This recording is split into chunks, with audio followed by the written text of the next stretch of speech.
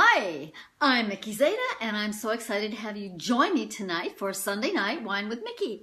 I'm back in Florida, and I've chosen my Florida wine glass. I just love this one because it's got Florida birds and kind of swampiness, and it's got little starfish all around the edge. It's my Florida glass, and so I thought this would be perfect tonight for Sunday Night Wine with Mickey. So I hope you brought your own glass of wine or bottle of water or juice or whatever it is you'd like to share and or enjoy. You're not exactly sharing, but I'm glad you're here, and I like having people join me and bring their own something to drink. It kind of connects us, even though we're miles and miles and miles, sometimes countries apart. It gives us something in common. It brings us together. So I'm really glad that you're doing that, and I'm so happy to have you here. What I'm going to talk about tonight is something I think is really, really important, and that is that we have to know ourselves. We have to like ourselves. We need to love ourselves before we can love anybody else. And you know what? Hi, Jan. Hi, Alan. Glad to have you guys here. You're so loyal. It's so good to have you each time. I know I'm not talking into a void. And, you know, there's a lot of other people watching and their names don't show up. I don't know how that works. But anyway, glad for the names that do show up. And please comment as we go along. So what I'm talking about is really something that is dear to my heart. When I got married the first time, I was 18, almost 19, I always say, and I really didn't know who I was. I had not developed me yet. I wasn't old enough. I didn't have enough experience. And then, of course, this handsome, charismatic, successful man that I married was also very controlling, and maybe he figured out that I was like this little piece of clay, and he could mold me however he wanted, and that's pretty much what happened. Not all his fault. I have responsibility in that. I went along with it. But what I'm going to say is, now that you're out, now that you're away from your abuser, choose to find out who you are and truly fall in love with yourself. Fall in love with yourself, and then you're able to have a healthy relationship with somebody else. That's what happened with me and Alan. I would not have attracted Alan into my life had I not changed. Have I not chosen to believe that when we change the way we look at things, the things we look at change. And if I had not chosen to believe that if I didn't change, nothing would change. I could have spent the rest of my life kind of wallowing in dissatisfaction and unhappiness and blaming other people for what my life was like, but I didn't do that. And I hope you're not doing that either. So here's a suggestion. A coach suggested it to me, and I have recommended it to lots of clients, and I'm recommending it again tonight. Do something different, something new that you've never, ever done before. Do something new at least once a month.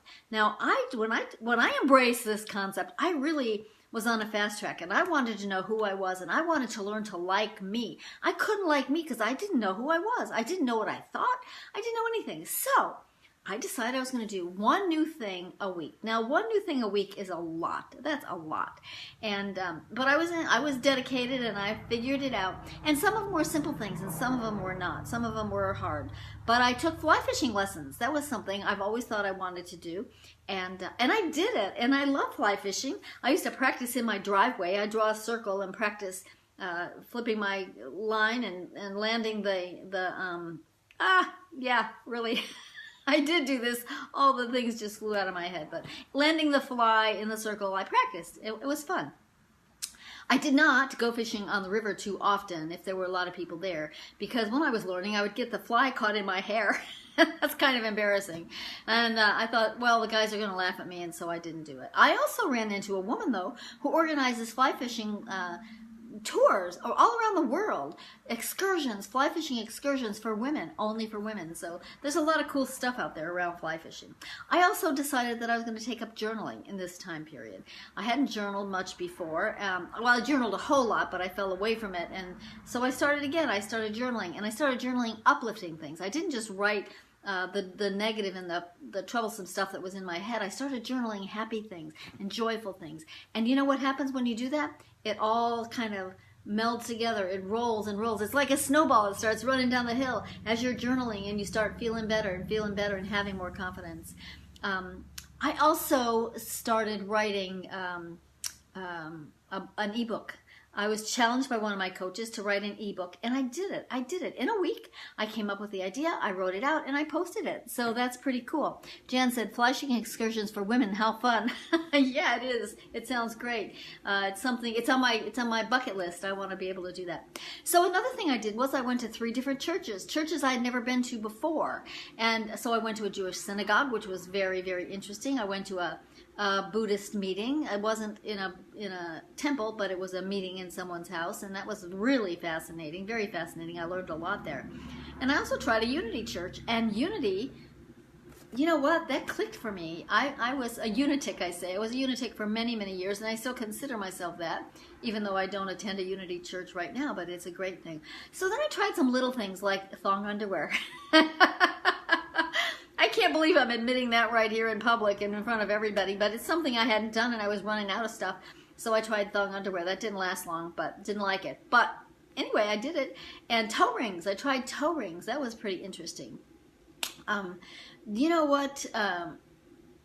Well, when I'm speaking on stage, what I say is, I decided I was going to do 52 new things, and that's how I ended up with a tattoo on my hip. And I did. I ended up with a tattoo on my hip because I was running out of things to try, and I did it. It was great fun. And I'm going to encourage you to do this too, because I know that you want to attract a healthy, loving, caring relationship into your life. And someone who's not mean and not that you don't have to walk on eggshells around. Somebody who appreciates who you are for you. Well, he can't appreciate, or she can't appreciate who you are for you if you don't know who you are and you don't appreciate yourself. So do this. I encourage you to do this. 12 new things, 1 new thing a month. You can do that. In fact, I've probably mentioned more than 12 already. So borrow some of mine if you don't know how to get started. I found new authors I hadn't read before. I went to a couple of indie films because I'd never done that before. So open your eyes, open your thoughts, and learn more about you, because you are an amazing person. You are unique. And you are truly you. You were sent to earth for a purpose. And as you're doing your new things, you're going to discover your purpose. I know that's true, and that worked for me. I think it'll work for everybody, because as we get to know ourselves, we learn what we're here for. We learn what our divine intent on this earth is. And man, that is powerful. That is so powerful. So I encourage you, don't blow this off. Don't blow this off. Write a list of every single month and write something in that you want to try that you've never done before. And it doesn't have to be expensive. It doesn't have to be huge. It doesn't have to involve paying anybody else. Fly fishing was a little bit expensive, but it was worth it. It was great. But if you can't do that, find something else. Find something small. I know I recommended this to one client, and she did skydiving. She went skydiving. I would not do that. I would not do that, but she loved it. It was something she'd never done, something she always wanted to do, and boom, she did it. So those are things, that's what I'm talking about. If we want to have healthy relationships, which every single one of us does, every single one of us wants a healthy, loving, caring relationship. And so you have to be healthy, caring, and loving yourself. I've told you before, Dr. John Maxwell told me, Mickey, you don't attract who you are. Mickey, you don't attract who you want. You attract who you are. Think about that. You don't attract who you want. You attract who you are. That's huge. That is so huge. Let's see. Jan said, it occurs to me that since I've known Mickey, you have been so open to coaches, teachers, and I can't read the rest. But yes, you know, that's part of it. Be open. Be open to new things. Because if we're not, if we keep doing the same thing over and over, expecting different results, we know what that is. That's insanity, right? That's also stuck. That is stuck. We don't want to be stuck. We want to keep moving forward. That's who we are. So thank you for being here. I appreciate it. If you'd like to listen to more live videos or listen to my podcasts interview women who have been in abuse and who have escaped and who have created amazing lives. They tell their stories from their heart. They tell the truth. And if you need to hear that, which we all do when we're in the process of adjusting to leaving our abusers, listen to the podcast. It's Surviving Abuse Podcast, but if you go to my website, you can click on all of them there. It's survivingabusenetwork.com. survivingabusenetwork.com. There's a lot of live videos there, also some blogs that I've written. So check it out. Check it out. I appreciate it. I'm so glad to have you here. I'm gonna toast your wonderful week. It's terrific. It's summer. Oh my gosh, I'm in Florida. You know what? It's hot. I'm loving it.